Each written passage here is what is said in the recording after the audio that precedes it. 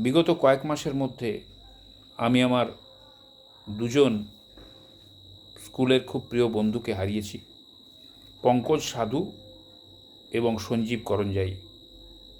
তাদের স্মৃতির উদ্দেশ্যে লেখা আমারই আরেক বাল্যবন্ধু সমিত ঘোষের লেখা কবিতা হারিয়ে যাচ্ছি আমি। পাতা ঝরছে টুপটাপ টুপটাপ, শীতের বিকেল, সন্ধ্যার অন্ধকার নামবে এখনই। একা দাঁড়িয়ে আছি আমি, ধুধু প্রান্তর, ধোঁয়াশা সব কিছুকে কেমন যেন গুলিয়ে দিচ্ছে। স্মৃতিগুলো সব জট পাকিয়ে জড়িয়ে যাচ্ছে গলার নলিতে।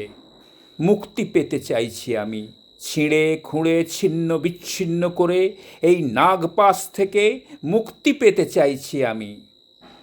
মুক্তি, সে তো এক অচিন পাখি, উড়ে যাচ্ছে দ্বিখীর নিশ্চিন্দিপুরের দিকে, হারিয়ে যাচ্ছে অচেনা অজানা ছায়াপথে।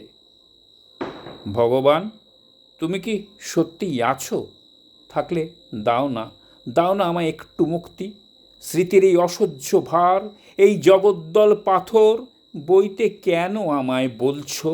কেন দিচ্ছ না আমায় ভুলতে? এই পাতা ঝরা বিকেলের দমবন্ধ নিঃস্বতা কেন বইব আমি? যে নেই, যে চলে গেছে, তাকে ছায়া সঙ্গী করে। আচ্ছা, মুক্তি মানে কি শুধু ভুলে যাওয়া, নাকি সঙ্গে নিয়ে বাঁচা?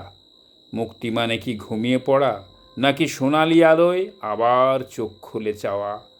ঝড়ের রাতে আঁকড়ে ধরা কাঁধ, অন্ধকারে নিভু নিভু প্রদীপের শিখার ঔজ্জ্বল্য, দরজাবন্ধ ঘরের আসবাবে আজ জমছে ধুলো। ফ্রেমে বাঁধানো ছবি কাঁদছে নিঃশব্দে।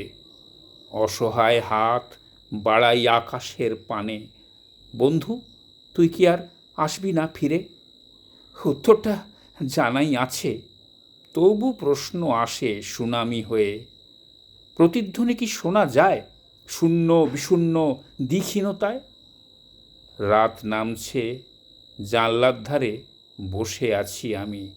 মেঘের আড়াল থেকে উঁকি দেয় এক ফালি আলো, ঠিক যেন ঝাপসা চশমার পেছনে হারিয়ে যাওয়া ওর উজ্জ্বল চোখ দুটোর মতো। হারিয়ে যাচ্ছি আমি, হারিয়ে যাচ্ছি অদৃশ্য ক্ষতের রক্তমোহনায়।